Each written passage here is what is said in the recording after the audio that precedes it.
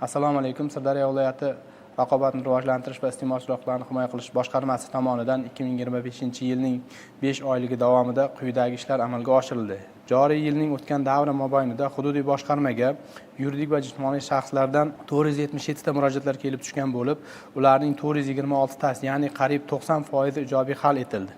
Hamda 300 ming nafar iste'molchilarning huquqi tiklanib, iste'molchilarning foydasiga jami 2,5 milliard so'mdan ziyod mablag'lar qayta hisob-kitob qilinishi ta'minlandi. Tibbiyot muassasalari tomonidan aholiga ko'rsatilayotgan pulli xizmatlarning narxlarini shakllantirish hamda tegishli me'yoriy hujjatlar talablariga rioya etilishi yuzasidan o'tkazilgan o'rganishlarda Guliston shahar tibbiyot birlashmasi tomonidan tibbiy ko'rik va statsionar davolash bo'yicha pullik tibbiy xizmatlar uchun 2023-2024 yilda tasdiqlangan bilvosita xarajatlar taqsimlash koeffitsiyenti 81% ga shakllantirilgan bo'lib, o'rganish natijasida 4-guruh xarajatlari noto'g'ri kiritilganligi hamda taqdim etilgan ma'lumotlar asosida qayta shakllantirilganligi, ushbu koeffitsient aslida 36% ni tashkil etishi, buning natijasida jami 16.477 nafar iste'molchilardan umumiy hisobda 97 million so'm oshiqcha daromad olganligi ma'lum bo'ldi. O'z navbatida holat yuzasidan hududiy boshqarma tomonidan tegishli tartibda ish qo'zg'atilib, bajarilish majburiy bo'lgan ko'rsatmasi berildi. Hududlarda o'rnatilgan reklama va targ'ibot vositalarini O'zbekiston Respublikasining reklama to'g'risidagi qonun talablariga muvofiqligi yuzasidan jami 656 ta o'rganish ishlari olib borildi. O'tkazilgan o'rganish natijasida 105 ta holatda o'rnatilgan reklama vositalari qonun talablariga zidligi aniqlandi. Aniqlangan kamchiliklarni bartaraf etish yuzasidan konstruksiya egalariga tegishli profilaktik suhbatlar, ogohlantirish xatlari tarqatildi. Shuningdek, mazkur ogohlantirishlar va profilaktik tushuntirishlarga e'tiborsiz qilgan 9 ta tashqi reklama o'rnatuvchi subyektlarga nisbatan tegishli tartibda ish qo'zg'atilib, qonun buzilish holatlari bartaraf etish bo'yicha bajarilish majburiy bo'lgan ko'rsatma berildi.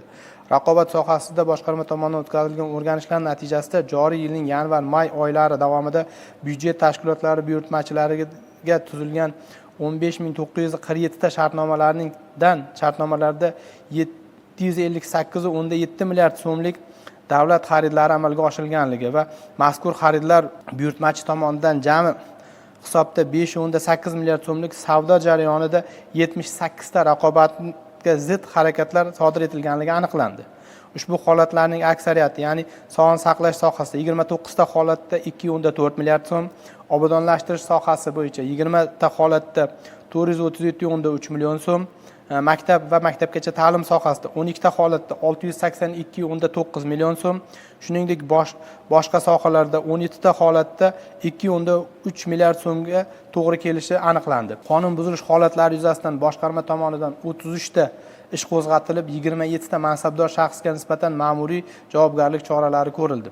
Aytib o'tish joizki, hisobot davrida boshqarma tomonidan O'zbekiston Respublikasining Vazirlar Mahkamasining 2005-yil 12-oktyabrdagi 225-sonli qarori bilan tasdiqlangan raqobat, iste'molchilarning huquqlarini himoya qilish va reklama to'g'risidagi qonunchilikni buzganlik uchun ish qo'zg'atish va uni ko'rib chiqish tartibi to'g'risidagi nizomga asosan vakolat doirasida jami 65 ta ish qo'zg'atilib, tegishli tartibda bajarilishi majburiy bo'lgan ko'rsatmalar berildi.